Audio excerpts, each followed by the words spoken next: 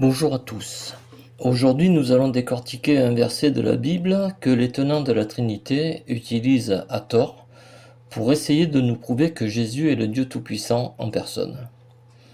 Ce verset se trouve dans la lettre de Paul aux Colossiens au chapitre 2 et au verset 9.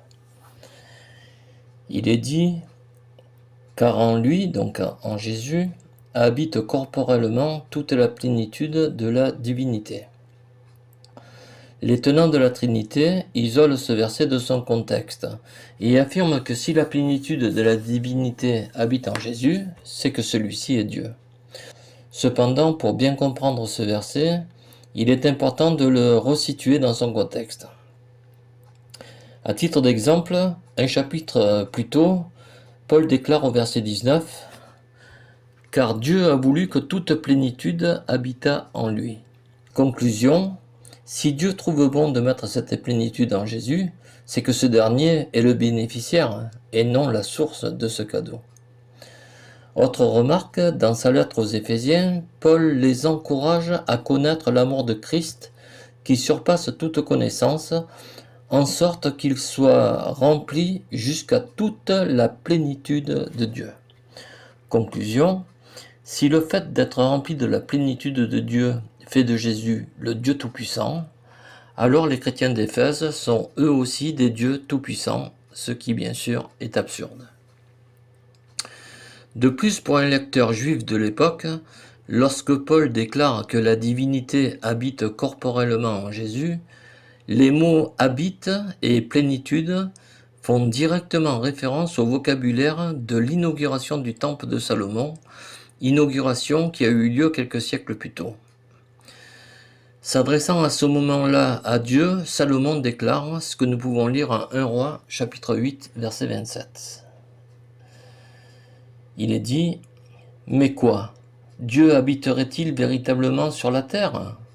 Voici les cieux, et les cieux des cieux ne peuvent te contenir, combien moins cette maison que je t'ai bâtie. » On comprend bien ici que puisque les cieux et les cieux des cieux ne peuvent contenir Dieu, il est impossible que Dieu puisse être contenu dans un temple de pierre, et encore moins dans le corps d'un homme. Mais alors, en quel sens Dieu habitait-il dans le temple? Nous trouvons la réponse dans le premier livre des rois, au chapitre 8 et les versets 10 et 11. Il est dit « Au moment où les prêtres sortirent du lieu saint, la nuée remplit la maison de l'Éternel. Les prêtres ne purent pas y rester pour faire le service à cause de la nuée, car la gloire de l'Éternel remplit la maison de l'Éternel. » Ici, le verbe « rempli » vient du grec « éplézen ». Éplézen vient du verbe grec « pimplémi », qui signifie remplir, saturer, combler. Ce verbe « pimplémi » appartient à la même racine que le mot « plénitude ». Autrement dit, ce texte indique qu'à l'époque de Salomon, le temple fait de pierre a été rempli de la gloire et de la plénitude de Dieu. Pour autant, le temple de pierre n'est pas devenu le Dieu Tout-Puissant. De la même manière, Jean chapitre 2 versets 19 et 21 nous montre que dans la réalité, ce temple préfigurait le corps de Jésus. En conclusion, que la plénitude et la gloire de Dieu remplissent un temple de pierre ou un temple dans un corps de chair, la logique reste la même. Le contenant, Jésus, ne devient pas le contenu, c'est-à-dire Dieu. C'est comme si Paul était en train de dire que la gloire divine qui par le passé avait rempli le temple de Salomon, remplissait aujourd'hui le corps de chair et de sang de Jésus. Intéressons-nous maintenant au mot « divinité », du grec « théotès ». Les tenants de la Trinité attirent notre attention sur le fait que c'est la divinité qui habite en lui, ce qui désigne l'essence de Dieu. Mais regardons la grammaire d'origine. En grec, pour dire Dieu en tant que personne, on dit théos. Si Paul avait voulu dire que Jésus est Dieu, il aurait écrit « En lui habite toute la plénitude de Dieu, tout est où ?» Mais Paul utilise le mot « théotétos » qui vient de théotès. Pourquoi cette précision linguistique est-elle d'une extrême importance? Parce que, en grec, le suffixe « tes » transforme le nom en une simple qualité. Il fonctionne un peu comme le suffixe ité à la fin d'un mot en français. Pour bien comprendre ce point, on va prendre un exemple. Si je dis « il est généreux », ici l'adjectif généreux décrit la personne. Par contre, avec le suffixe « ité », on passe de quelqu'un de généreux à la générosité qui désigne non plus une personne mais la qualité elle-même. Ce point nous aide à comprendre que, en utilisant le suffixe tes de théotès, Colossiens chapitre 2 verset 9 dit simplement que Jésus possède en lui, de manière visible, les qualités parfaites de Dieu et non pas la personne de Dieu. En clair, si l'iPhone est rempli de la technologie d'Apple, pour autant, l'iPhone n'est pas le directeur d'Apple. Les tenants de la Trinité nous feront peut-être remarquer que entre le théotès de Colossiens chapitre 2 verset 9 et le théiotès avec un i de Romains chapitre 1 verset 20, ces deux mots pour eux ne veulent pas dire la même chose. Cependant, puisque théotès et théiotès finissent par le suffixe tes, ils suivent tous les deux la même règle du suffixe que nous venons d'expliquer.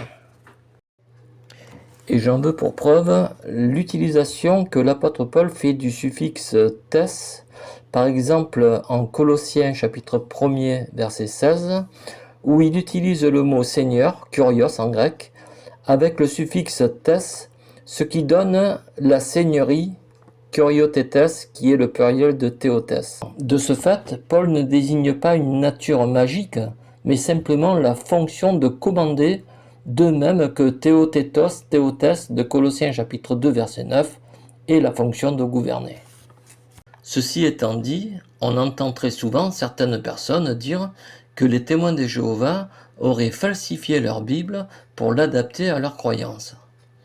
Pour savoir une fois pour toutes qui des témoins de Jéhovah ou des tenants de la Trinité falsifie les Écritures, nous allons prendre un exemple concret. Intéressons-nous à la traduction de Colossiens chapitre 2, les versets 9 et 10. On commence par le verset 9. La plupart des traductions trinitaires traduisent ce verset ainsi. Car en lui, donc en Jésus, habite corporellement toute la plénitude de la divinité. Dans la traduction des témoins de Jéhovah, il est dit « parce que c'est en lui », donc toujours par rapport à Jésus, que toute la plénitude de la qualité divine habite corporellement. Ce qui nous intéresse ici, c'est la manière dont le mot plénitude est traduit. Ce mot vient du grec pléroma, du verbe pléro, qui signifie remplir. Comme nous le voyons dans ce comparatif, les traducteurs trinitaires ainsi que les témoins de Jéhovah sont d'accord pour traduire le mot pléroma par plénitude pour Jésus au verset 9. Ok, intéressons-nous maintenant au verset 10. Les traductions trinitaires disent « Vous avez tout pleinement en lui qui est le chef de toute domination et de toute autorité. » La traduction du Monde Nouveau dit « Et ainsi vous avez une plénitude par son moyen. Lui est le chef de tout gouvernement et pouvoir. » On parle toujours bien sûr ici de Jésus. Dans le texte grec original, Paul fait un jeu de mots direct entre le verset 9 et le verset 10. Au verset 9, il utilise pléroma comme nom pour dire que Jésus est rempli. Et au verset 10, il utilise le verbe correspondant pépléroménoi pour dire que les chrétiens de Colosse sont également remplis de la même chose que Jésus. Donc, entre pléroma et pépléroménoi, le lien est évident puisque les deux ont la même racine, c'est-à-dire le remplissage. Cependant, en transformant le verbe remplir pépléroménoi en adverbe, les traducteurs trinitaires brisent ce lien de remplissage évident entre les Colossiens et Jésus.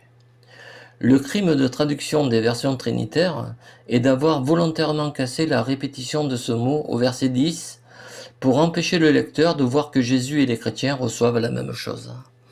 En effet, si toutes ces Bibles trinitaires avaient traduit honnêtement ces deux versets, le lecteur aurait pu discerner qu'au verset 9, Jésus est rempli de la plénitude de Dieu et qu'au verset 10, Cette même plénitude remplit les chrétiens de Colosse. Ce qui aurait préservé le lien de remplissage que Paul fait entre le verset 9 et le verset 10.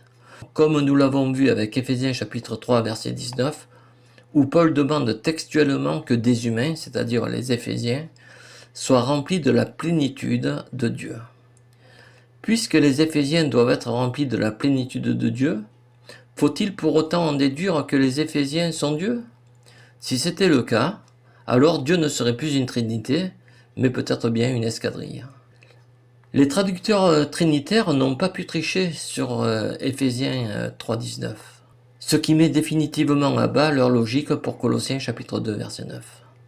Raison pour laquelle les témoins de Jéhovah, eux, ont traduit « Vous avez une plénitude par son moyen ». Autrement dit, vous les chrétiens de Colosse, vous êtes remplis de la même chose que le Christ par son moyen. Colossiens chapitre 2 versets 9 et 10 n'est pas un texte trinitaire, c'est un texte sur la transmission.